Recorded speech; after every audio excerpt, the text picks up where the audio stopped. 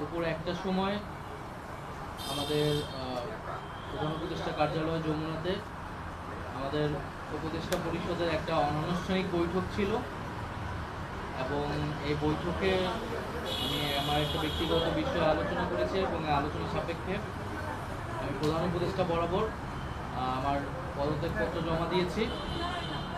আমার যেই দুইটি মন্ত্রণালয় ছিল, তথ্য ও সম্প্রচার এবং ডাক, টেলিযোগাযোগ এবং তথ্য প্রযুক্তি, দুইটি মন্ত্রণালয়ের দায়িত্ব থেকে আমি ইস্তফা দিয়েছি। এছাড়াও এই জুলাই ফাউন্ডেশন, জুলাই শহীদ স্মৃতি ফাউন্ডেশন সহ সরকারের যেই সকল কমিটিতে আমি ছিলাম, এই সকল কমিটি থেকে আমি সাথে সাথে একই সাথে ইস্তফা আমার হচ্ছে। তো মূলত একটি গণ অভ্যুত্থানের প্রেক্ষিতে 8ই আগস্ট আমরা গণ অভ্যুত্থানের প্রতিনিধি হিসেবে প্রথমে 2 জন এবং পরবর্তীতে আরও একজন, 3 জন অন্তর্বর্তী সরকারে দায়িত্ব নেই অন্যান্য উপদেষ্টাবৃন্দের সাথে। তখন দেশের জাতীয় নিরাপত্তা এবং গণ অভ্যুত্থানের আকাঙ্ক্ষা বাস্তবায়নের লক্ষ্যে আমাদের সেই সময় দায়িত্ব গ্রহণ করাটা আমাদের কাছে মনে হয়েছিল যৌক্তিক। গত 6.5 মাসের প্রেক্ষিতে সরকার কাজ করছে, হয়তো আমরা আশানুরূপ ফলাফল এখনও পাইনি, কিন্তু আমার কাছে মনে হয়েছে যে সরকারের একটা স্ট্যাবিলিটিতে সরকার এসেছে এবং ব্যক্তিগতভাবে সরকারের বাইরে যে দেশের বর্তমান যে পরিস্থিতি, সেই পরিস্থিতিতে একটি রাজনৈতিক শক্তির উত্থানের জন্য আমার রাজপথে থাকা প্রয়োজন, ছাত্র জনতার কাতারে থাকা প্রয়োজন এবং আমরা যে গণতান্ত্রিক পরিবর্তনের আকাঙ্ক্ষা করি, সেই আকাঙ্ক্ষার জন্য এবং আমার যে গণ অভ্যুত্থানে যে ছাত্র জনতা অংশগ্রহণ করেছে সেই শক্তিকে সংহত করতে আমি মনে করেছি যে আমার সরকারের থেকে আমার সরকারের বাইরে রাজপথে আমার ভূমিকা বেশি হবে এবং আমার বাইরে যারা আমাদের সহযোদ্ধা রয়েছেন তারাও এটি চান এবং সেই প্রেক্ষিতে আমি মূলত আজকে পদত্যাগপত্র জমা দিয়েছি। গত 6 মাসে আমি আমার জায়গা থেকে চেষ্টা করেছি কাজ করে যাওয়ার। 2টি মন্ত্রণালয়ের বাইরেও অনেক অতিরিক্ত দায়িত্ব আমাদের পালন করতে হয়েছে। আমরা চেষ্টা করেছি এবং মন্ত্রণালয়গুলোতেও আমরা কিছু কাজ করেছি, সেই কাজের ফলাফল হয়তো সামনে জনগণ পাবে। 6 মাস খুবই কম সময়, তারপরও আমি চেষ্টা করেছি আমার কাজ আর ফলাফল সেটা জনগণ মূল্যায়ন করবে।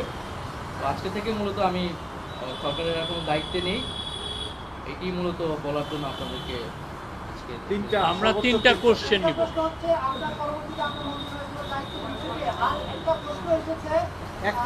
একটা প্রশ্ন।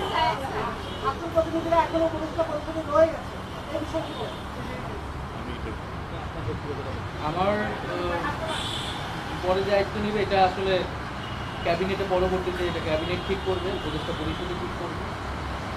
আর আমি আমার জায়গা থেকে মনে করেছি আমার বাইরের প্রয়োজন, বাট এখনও আমাদের গণ অভ্যুত্থানের আকাঙ্ক্ষা তো বাস্তবায়িত হয়নি। বিচার এবং সংস্কারের যে প্রতিশ্রুতি নিয়ে এই সরকার গঠিত হয়েছিল, ছাত্ররা এসেছিল, সেই প্রতিশ্রুতি পূরণে অন্য যে 2 জন রয়েছে তারা মনে করছে তাদের সরকারে এখনও দায়িত্ব রয়েছে, তারা এখনও সরকারে থেকেই জনগণকে সার্ভ করবে। তারা যদি রাজনীতি করার প্রয়োজন বোধ করে তারা তখন হয়তো সরকার ছেড়ে দেবে।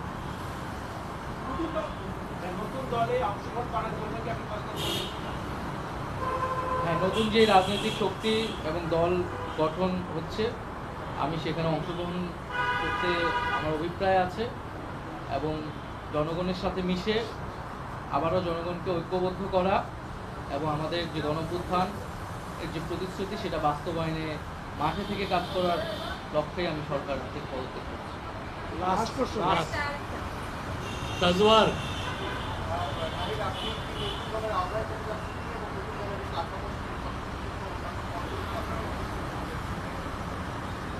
এটার জন্য আপনাদের দলটির যেদিন ঘোষণা 28 তারিখ, সেদিন পর্যন্ত অপেক্ষা করতে হবে, সেদিনই এটা জানা যাবে। নারীদের মধ্যে থেকে একটা কোশ্চেন নিব। নারী কেউ? আপনি সাজেদা জি।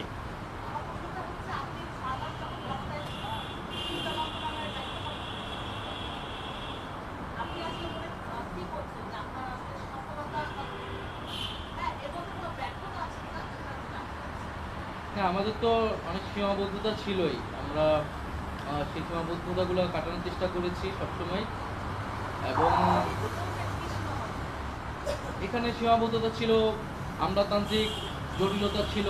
আমরা এসে এই ব্যুরোক্রেসিকে যেভাবে পেয়েছি, এখানে পুলিশ যে তার আত্মবিশ্বাসের ঘাটতি হয়েছে আন্দোলনের পরে, এবং একই সাথে এখানে এই জুলাই গণহত্যাকারীদের, জুলাইয়ের যারা গণহত্যাকারী তাদেরকে গ্রেফতারের বিষয়টা, বিচারের বিষয়টা, সে বিষয়ে আমাদের আহ, আহ, আমাদের কিছু সীমাবদ্ধতা থাকা সত্ত্বেও আমরা কাজ করেছি। আমি জনপ্রশাসন কমিটির একটা দায়িত্বে 2 সপ্তাহের মতো ছিলাম। 2 সপ্তাহের মিটিংয়ে আমরা সিদ্ধান্ত নিয়েছি যে যারা 18 সালের ডিসি ছিল এবং দুর্নীতির সাথে জড়িত ছিল তাদেরকে সরানোর ব্যবস্থা, এরকম কিছু উদ্যোগ আমরা নিয়েছি। এবং আমি আশা করব যে অন্তর্বর্তীকালীন সরকার সামনের দিনগুলোতে জনগণের যে আকাঙ্ক্ষা, গণঅভ্যুত্থানের যে আকাঙ্ক্ষা, সেই আকাঙ্ক্ষা বাস্তবায়নে তারা সচেষ্ট হবে, এবং দেশের যে আইন শৃঙ্খলা পরিস্থিতি, সেই আইন শৃঙ্খলা পরিস্থিতি এবং দ্রব্যমূল্য নিরসনে তারা সফলতা দেখাতে পারবে। ধন্যবাদ।